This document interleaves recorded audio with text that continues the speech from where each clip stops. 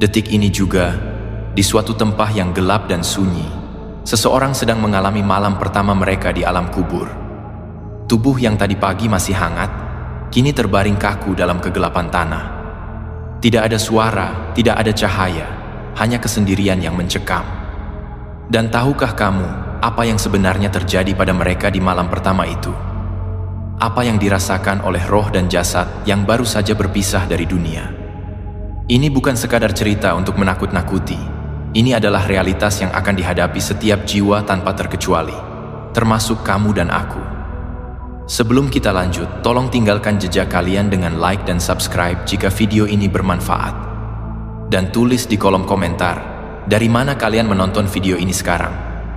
Apakah dari rumah, perjalanan, atau mungkin sedang sendiri di malam hari? Sharing kalian sangat berarti untuk channel ini berkembang. Malam pertama di alam kubur adalah fase paling menentukan dalam perjalanan roh setelah kematian. Rasulullah SAW bersabda dalam hadis riwayat Imam Ahmad bahwa ketika jenazah dikubur dan orang-orang yang menguburkannya mulai meninggalkan pemakaman, mayat itu mendengar suara sandal mereka yang berjalan pergi. Di saat itulah, dua malaikat bernama Munkar dan Nakir datang mendatanginya. Mereka datang dengan wujud yang mengerikan, suara yang menggelegar, dan pertanyaan-pertanyaan yang akan menentukan nasib seseorang untuk selama-lamanya di alam barzakh. Bayangkan, kamu baru saja meninggalkan dunia dengan segala kesibukannya. Keluarga menangis di sampingmu, sahabat-sahabat berdoa, dan mungkin ada yang menyesali tidak sempat meminta maaf padamu. Tapi semua itu sudah tidak berarti lagi bagimu saat tubuhmu dimasukkan ke dalam liang lahat. Tanah ditimbun, dan kegelapan total menyelimuti. Lalu tiba-tiba kamu merasakan sesuatu yang tidak pernah kamu rasakan seumur hidup. Kesadaran, kembali, tapi bukan kesadaran seperti saat hidup di dunia. Ini adalah kesadaran alam barzakh, alam antara dunia dan akhirat. Malaikat Munkar dan Nakir tidak datang dengan lemah lembut. Mereka mendudukkan mayat itu, ya, jasad yang sudah kaku itu didudukkan kembali dalam kubur. Dalam riwayat disebutkan, suara mereka seperti petir yang menyambar, dan pandangan mereka tajam menembus sampai ke inti jiwa. Pertanyaan pertama yang mereka ajukan adalah, Man Rabbuka? Siapa Tuhanmu? Pertanyaan yang terdengar sederhana, tapi dalam momen itu, ini adalah ujian paling berat yang pernah ada.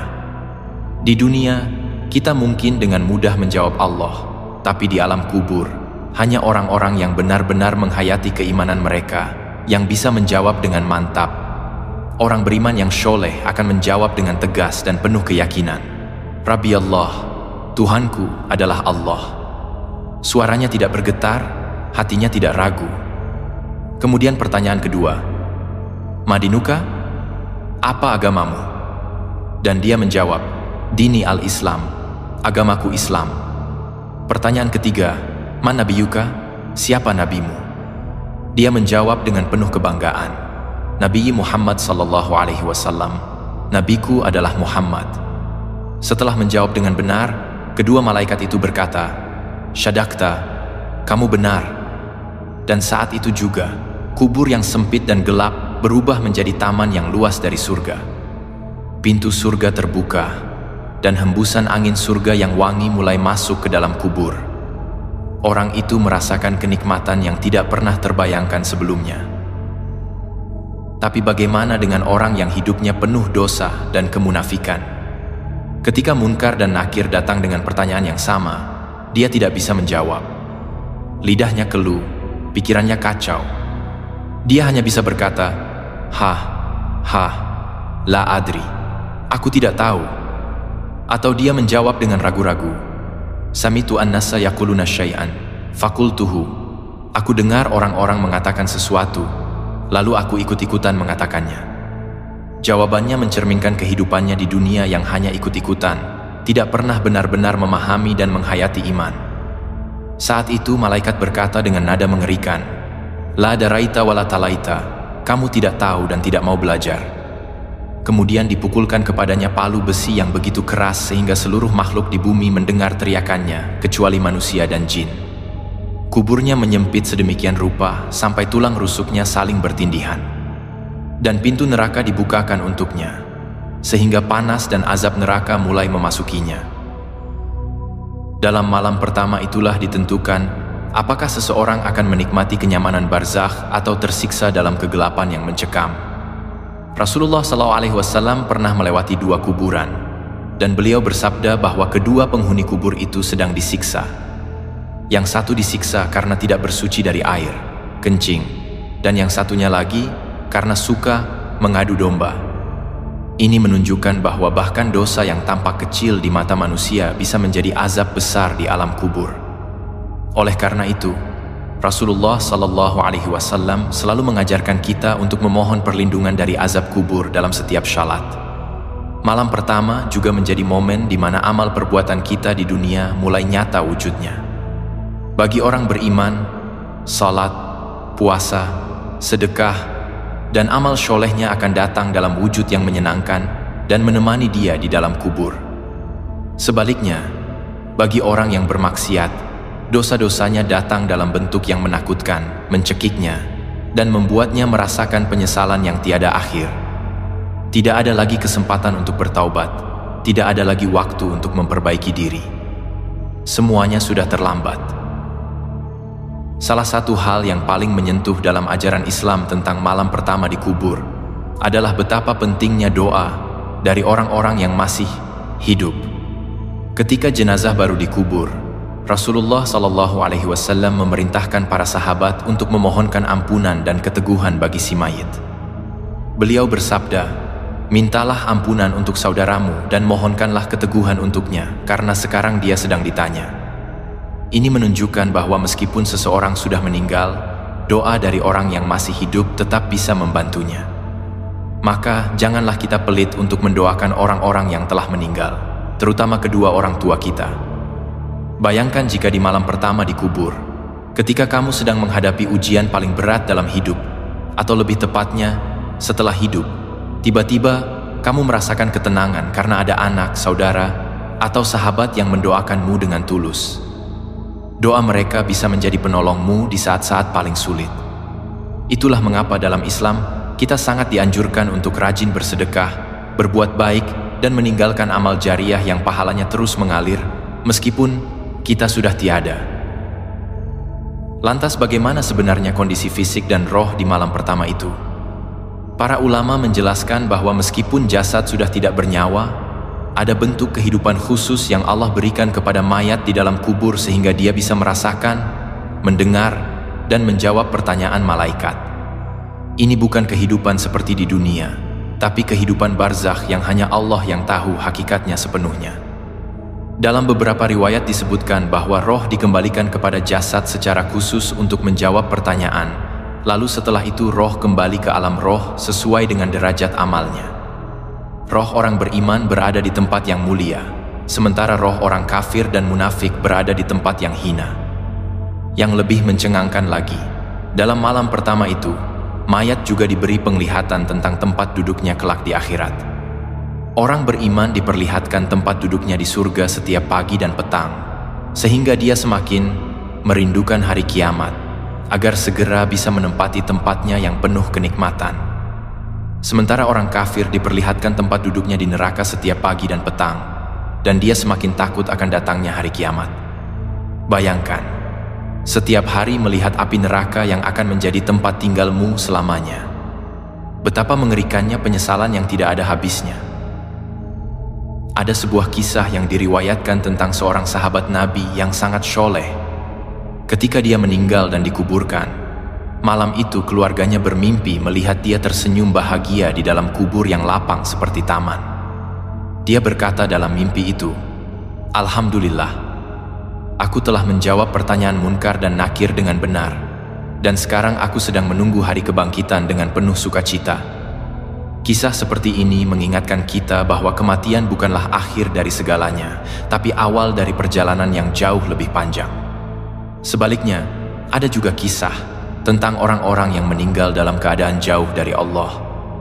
Keluarga mereka merasakan kegelisahan, mimpi buruk, dan tanda-tanda bahwa si mayit sedang tersiksa. Wallahu a'lam kita tidak bisa memastikan kondisi seseorang setelah meninggal kecuali dengan tanda-tanda yang Allah perlihatkan. Tapi yang jelas, hidup kita di dunia adalah persiapan untuk malam pertama di kubur itu. Setiap syalat yang kita kerjakan, setiap Al-Quran yang kita baca, setiap sedekah yang kita keluarkan, semua itu akan menjadi bekal dan penolong kita di saat-saat paling menentukan. Dalam Al-Quran, Allah Subhanahu wa Ta'ala berfirman dalam surah Ibrahim ayat 27. Allah meneguhkan orang-orang yang beriman dengan ucapan yang teguh dalam kehidupan dunia dan di akhirat. Ayat ini sering ditafsirkan oleh para ulama sebagai merujuk kepada ujian di alam kubur. Orang yang beriman akan diberikan keteguhan oleh Allah untuk menjawab pertanyaan munkar dan nakir dengan benar. Tapi keteguhan itu tidak datang dengan sendirinya. Keteguhan itu adalah buah dari iman yang terus dijaga dan diamalkan selama hidup di dunia. Maka bertanyalah pada diri kita sendiri sekarang, sudahkah kita mempersiapkan diri untuk malam pertama di alam kubur? Sudahkah kita menjaga sholat 5 waktu dengan khusyuk? Sudahkah kita belajar dan memahami agama dengan benar, bukan hanya ikut-ikutan? Sudahkah kita memperbanyak amal soleh yang akan menjadi penolong kita nanti? Atau jangan-jangan kita masih terlalu sibuk dengan urusan dunia yang fana, melupakan bahwa suatu saat kita pasti akan menghadapi malam itu sendirian? Salah satu amalan yang sangat dianjurkan untuk mempersiapkan diri menghadapi alam kubur adalah memperbanyak zikir kepada Allah. Rasulullah SAW bersabda, "Perbanyaklah mengingat penghancur kenikmatan, yaitu kematian." Dengan sering mengingat kematian, hati kita menjadi lebih lembut, tidak mudah terpedaya oleh kemewahan dunia, dan lebih semangat untuk beramal soleh. Selain itu, membaca Al-Quran terutama surah Al-Mulk setiap malam juga sangat dianjurkan. Dalam hadis disebutkan bahwa surah Al-Mulk dapat melindungi pembacanya dari azab kubur. Surah ini dikenal juga sebagai Al-Mani'ah, yang artinya surah yang mencegah, karena mencegah azab kubur menimpa orang yang membacanya dengan penuh penghayatan. Amalan lain yang sangat penting adalah menjaga lisan dari gibah, fitnah, dan namimah. Seperti yang disebutkan sebelumnya, Rasulullah SAW pernah melewati 2 kuburan yang penghuninya disiksa, salah satunya karena suka mengadu domba. Ini menunjukkan betapa seriusnya dosa lisan di hadapan Allah. Kita mungkin menganggap remeh ketika menggunjing orang lain atau menyebarkan kabar yang belum tentu benar, tapi di alam kubur nanti, semua itu akan dimintai pertanggungjawaban dengan sangat detail. Begitu juga dengan kebersihan dan bersuci. Orang yang disiksa dalam kubur yang satu karena tidak bersuci dari air kencing. Ini mengingatkan kita untuk selalu menjaga kebersihan dan kesempurnaan wudhu serta taharah. Jangan anggap remeh najis yang menempel di badan atau pakaian, karena itu semua akan menjadi saksi di akhirat nanti. Islam sangat menekankan kesucian lahir dan batin, dan keduanya harus berjalan seimbang. Lalu bagaimana dengan orang-orang yang meninggal secara tiba-tiba, misalnya karena kecelakaan atau penyakit yang datang mendadak? Apakah mereka juga langsung menghadapi ujian yang sama? Jawabannya adalah ya. Tidak peduli bagaimana cara kematian seseorang, ujian di alam kubur adalah kepastian yang akan dihadapi semua jiwa. Itulah mengapa kita tidak boleh menunda-nunda untuk bertaubat dan memperbaiki diri. Kita tidak pernah tahu kapan ajal akan menjemput. Bisa jadi hari ini kita masih sehat dan kuat, besok sudah terbaring di pemakaman. Ada sebuah nasihat dari Imam Ali bin Abi Thalib yang sangat menyentuh. Beliau berkata, "Hidup untuk hari ini seolah-olah kamu akan hidup selamanya, dan beramallah untuk akhirat seolah-olah kamu akan mati besok." Nasihat ini mengajarkan keseimbangan antara menjalani kehidupan dunia dengan sebaik-baiknya dan tetap mempersiapkan bekal untuk akhirat. Jangan sampai kita terlalu sibuk mengejar dunia sehingga lupa akan mati, dan jangan pula kita terlalu takut akan mati sehingga tidak produktif di dunia. Keseimbangan itulah yang diajarkan Islam. Membahas malam pertama di alam kubur juga mengingatkan kita akan pentingnya husnul khatimah, yaitu akhir kehidupan yang baik. Banyak riwayat yang menceritakan bahwa orang yang meninggal dalam keadaan sedang beribadah, atau setelah mengucapkan kalimat thayyibah, atau dalam keadaan berwudu, mendapatkan kemudahan dalam menghadapi malam pertama di kubur. Oleh karena itu, kita harus senantiasa menjaga diri kita dalam keadaan suci, baik lahir maupun batin, agar jika sewaktu-waktu ajal datang. Satu hal yang juga sering terlupakan adalah pentingnya silaturahmi dan memaafkan sebelum terlambat. Banyak orang yang menunda untuk meminta maaf atau memaafkan kesalahan orang lain dengan alasan masih ada waktu. Tapi kenyataannya, waktu itu tidak kita yang tentukan. Betapa menyesalnya nanti di alam kubur ketika kita teringat ada orang yang masih kita dendam, atau ada orang yang berhak menerima permintaan maaf dari kita tapi kita tidak sempat menyampaikannya. Rasulullah SAW mengajarkan agar kita saling memaafkan dan membersihkan hati dari segala kedengkian sebelum kita tidur setiap malam. Karena kita tidak tahu apakah kita akan bangun lagi keesokan harinya atau tidak. Begitu juga dengan hutang dan hak-hak manusia. Rasulullah SAW bersabda bahwa jihadnya orang yang berhutang adalah membayar hutangnya. Hutang bukan hanya masalah dunia, tapi juga akan dimintai pertanggungjawaban di akhirat. Bahkan orang yang mati syahid sekalipun tidak akan masuk surga sebelum hutangnya dilunasi. Maka segeralah lunasi setiap hutang, baik hutang materi maupun hutang budi, sebelum kita dipanggil menghadap Allah. Malam pertama di alam kubur juga menjadi refleksi bagi kita yang masih hidup untuk tidak terlalu terikat dengan dunia. Semua harta yang kita kumpulkan, semua jabatan yang kita raih, semua kemewahan yang kita nikmati, tidak ada yang bisa kita bawa ke dalam kubur. Yang mengikuti kita hanya 3 hal, seperti yang disabdakan Rasulullah SAW. Amal sholeh, ilmu yang bermanfaat, dan anak sholeh yang mendoakan. Maka fokuslah untuk memperbanyak ketiga hal ini selama kita masih diberi kesempatan hidup. Amal sholeh bukan hanya syalat dan puasa, tapi juga mencakup semua kebaikan yang kita lakukan untuk sesama. Membantu orang yang kesusahan, berbagi kepada yang membutuhkan, menyantuni anak yatim, merawat orang tua dengan baik. Semua itu adalah amal sholeh yang akan terus mengalir pahalanya, bahkan setelah kita meninggal. Ilmu yang bermanfaat adalah ilmu yang kita ajarkan kepada orang lain dan terus diamalkan oleh mereka. Dan anak sholeh adalah buah dari didikan kita yang terus mendoakan dan meneruskan kebaikan kita. Dalam perspektif yang lebih luas, malam pertama di alam kubur adalah bagian dari perjalanan panjang menuju hari pembalasan. Setelah melewati ujian munkar dan nakir, seseorang akan tinggal di alam barzakh sampai datangnya hari kiamat. Alam barzakh adalah alam antara yang penuh dengan misteri. Di sana, roh-roh orang beriman bertemu dan saling berbincang tentang kehidupan mereka di dunia. Mereka merasakan kenikmatan yang terus bertambah seiring mendekatnya hari kebangkitan. Sementara roh-roh orang kafir dan munafik tersiksa dalam kesendirian dan penyesalan yang tiada henti.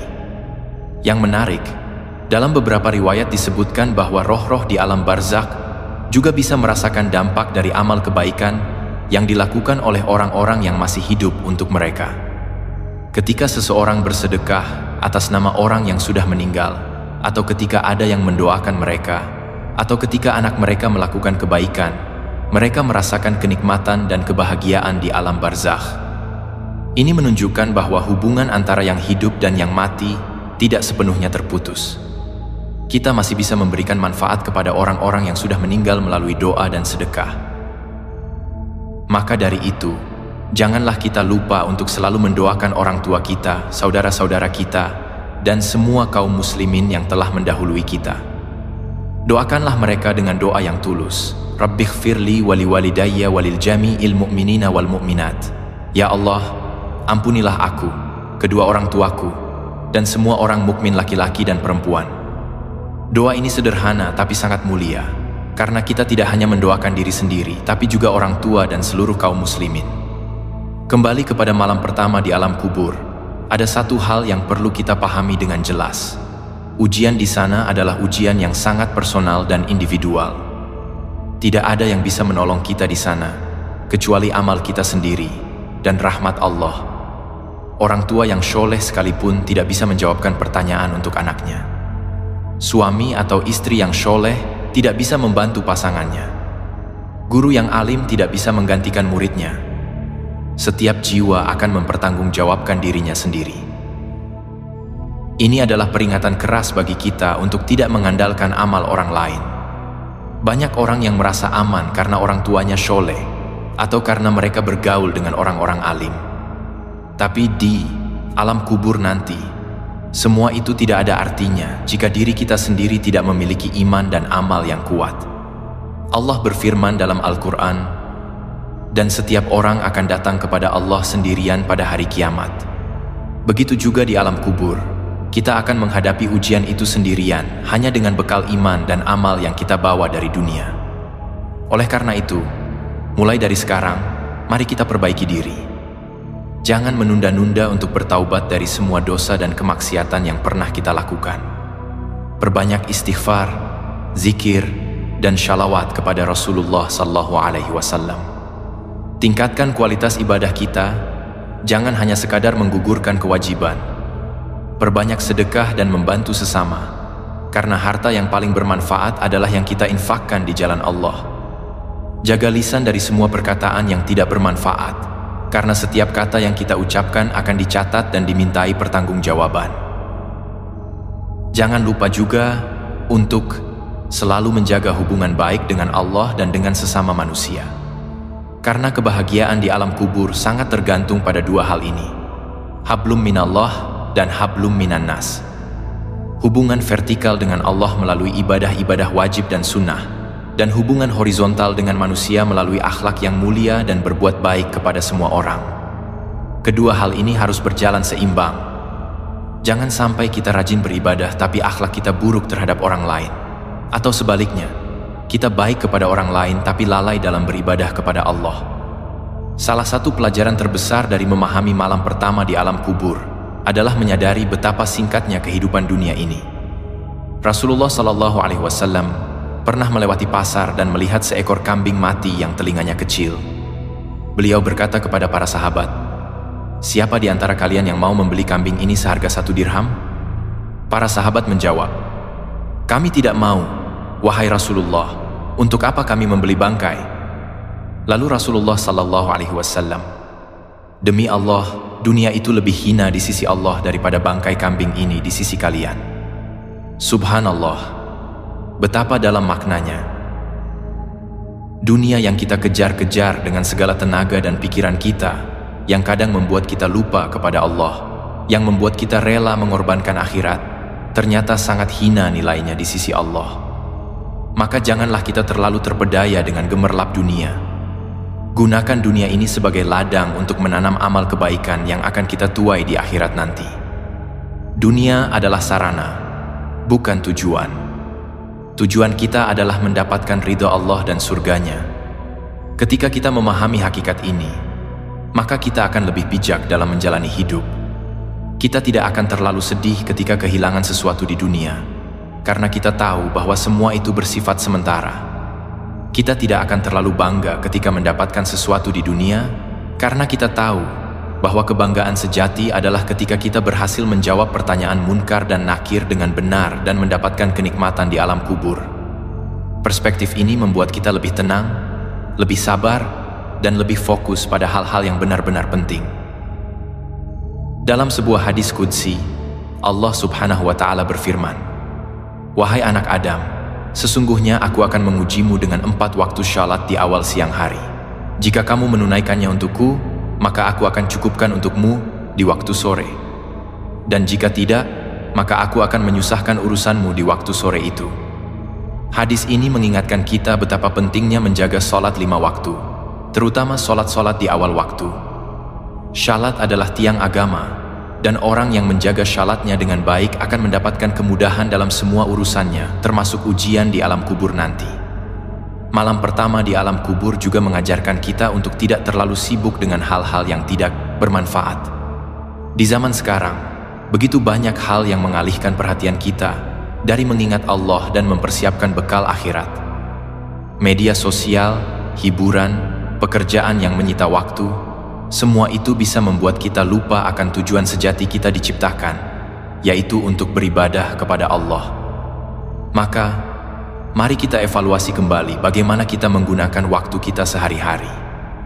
Apakah kita lebih banyak menghabiskan waktu untuk hal-hal yang sia-sia, atau untuk hal-hal yang akan bermanfaat di akhirat nanti.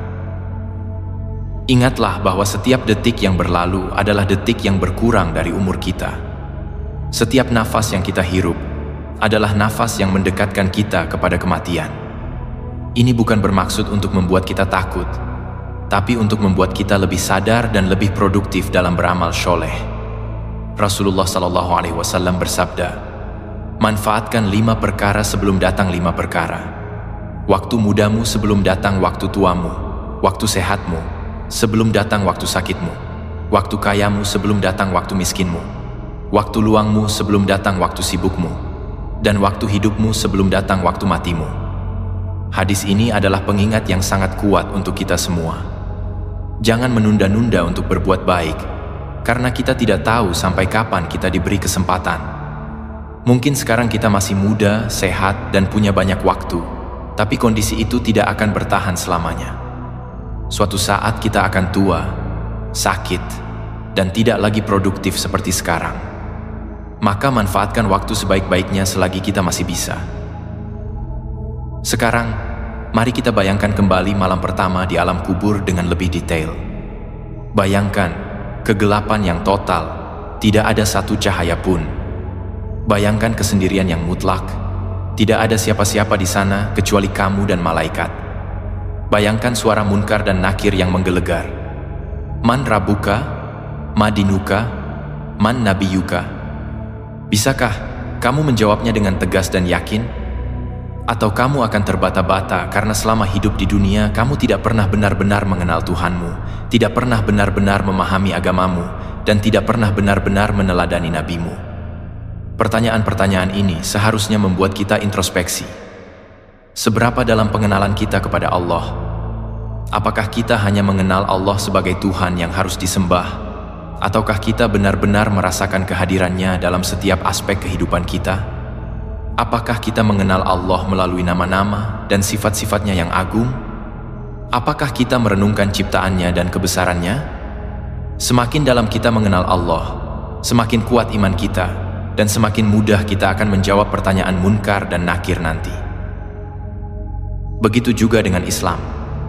Apakah kita benar-benar memahami Islam sebagai agama yang sempurna dan rahmatan lil alamin? Ataukah kita hanya Islam karena kebetulan lahir dalam keluarga muslim, tanpa pernah berusaha memahami dan menghayati ajaran-ajarannya? Islam bukan hanya label, tapi sistem hidup yang komprehensif. Semakin kita memahami dan mengamalkan Islam dengan benar, semakin yakin kita ketika harus menjawab pertanyaan tentang agama kita di alam kubur nanti. Dan tentang Nabi Muhammad SAW, seberapa dalam kita mengenalnya? Apakah kita hanya tahu bahwa beliau adalah Nabi terakhir? Ataukah kita benar-benar mempelajari sirah beliau, meneladani akhlak beliau, dan mengikuti sunnah-sunnah beliau dalam kehidupan sehari-hari? Rasulullah SAW adalah uswatun hasanah, teladan terbaik bagi seluruh umat manusia. Semakin kita mengenal dan mencintai beliau, semakin mudah kita menjawab pertanyaan tentang Nabi kita di alam kubur nanti. Malam pertama di alam kubur bukanlah sesuatu yang harus kita takuti secara berlebihan, tapi harus kita persiapkan dengan serius. Ketakutan yang berlebihan tanpa persiapan hanya akan membuat kita stres dan tidak produktif. Sebaliknya, kesadaran akan adanya ujian di alam kubur seharusnya memotivasi kita untuk terus memperbaiki diri dan memperbanyak amal soleh. Ingatlah bahwa Allah Maha Pengasih dan Maha Penyayang. Bagi orang-orang yang berusaha dengan sungguh-sungguh untuk mendekatkan diri kepadanya, Allah akan memberikan kemudahan dan pertolongan, termasuk di alam kubur nanti. Dalam sebuah doa yang diajarkan Rasulullah SAW, kita diminta untuk memohon, Allahumma inni a'udzubika min adzabil qabri. Ya Allah, aku berlindung kepadamu dari azab kubur. Doa ini sebaiknya kita panjatkan setiap hari, terutama di akhir syalat sebelum salam. Karena dengan memohon perlindungan kepada Allah, kita mengakui kelemahan kita dan menyadari bahwa hanya Allah yang bisa melindungi kita dari segala azab. Ada juga doa lain yang sangat baik untuk kita amalkan. Allahumma barik li fil mauti wa fima ba'dal mauta. Ya Allah, berkahilah bagiku kematian dan apa yang setelah kematian. Doa ini memohon agar Allah memberikan keberkahan dalam kematian kita dan di alam setelah kematian, termasuk di alam kubur dan alam barzakh. Dengan berdoa seperti ini, kita menyerahkan segala urusan kita kepada Allah dan memohon agar Dia memudahkan semua tahapan perjalanan kita menuju akhirat. Sebelum kita mengakhiri pembahasan ini, mari kita renungkan sekali lagi. Apa yang akan kita bawa ke dalam kubur nanti? Harta? Tidak. Jabatan? Tidak. Popularitas? Tidak. Yang kita bawa hanya kain kafan sederhana dan amal perbuatan kita. Maka mulai sekarang, mari kita fokus untuk mengumpulkan amal-amal soleh yang akan menjadi bekal kita di alam kubur dan akhirat nanti. Tutup mata sejenak dan bayangkan kamu sedang terbaring di dalam kubur. Gelap, sempit, sendirian. Lalu Munkar dan Nakir datang dengan pertanyaan. Mereka, apakah kamu siap? Apakah kamu yakin bisa menjawab dengan benar? Jika jawabannya belum, maka inilah saatnya untuk memulai perubahan. Jika jawabannya sudah, maka tetaplah istiqomah dan terus tingkatkan kualitas ibadah dan amal solehmu. Malam pertama di alam kubur adalah kenyataan yang pasti. Tidak ada yang bisa menghindar darinya. Tapi kita bisa mempersiapkan diri sebaik-baiknya agar melewatinya dengan mudah dan penuh kenikmatan. Caranya adalah dengan memperkuat iman, memperbanyak ilmu, meningkatkan amal soleh, menjaga akhlak, dan selalu istiqomah di jalan Allah. Semoga Allah memberikan kita semua husnul khatimah, kemudahan di alam kubur, dan tempat yang mulia di surganya. Amin ya Rabbal Alamin. Jangan lupa untuk terus belajar tentang agama, karena ilmu adalah cahaya yang akan menerangi jalan kita di dunia dan akhirat. Hadiri kajian-kajian ilmu, baca buku-buku agama, dengarkan ceramah-ceramah yang bermanfaat, dan yang paling penting, amalkan apa yang sudah kita pelajari. Ilmu tanpa amal seperti pohon tanpa buah, tidak ada manfaatnya. Rasulullah SAW bersabda, barang siapa yang menempuh jalan untuk mencari ilmu, maka Allah akan memudahkan baginya jalan menuju surga. Akhirnya, mari kita semua berkomitmen untuk menjadikan hidup kita sebagai persiapan menuju alam kubur dan akhirat. Setiap hari adalah kesempatan untuk berbuat baik, setiap nafas adalah kesempatan untuk berzikir, dan setiap malam adalah kesempatan untuk bertaubat dan bermunajat kepada Allah. Jangan sia-siakan kesempatan yang Allah berikan. Karena suatu saat nanti, kesempatan itu akan berakhir, dan kita akan berhadapan dengan malam pertama di alam kubur yang menentukan nasib kita untuk selama-lamanya. Semoga kita semua termasuk orang-orang yang beruntung, yang dimudahkan dalam menjawab pertanyaan Munkar dan Nakir, yang kuburnya dijadikan taman, dari taman-taman surga, dan yang mendapatkan kabar gembira di alam kubur. Wallahu a'lam bishawab.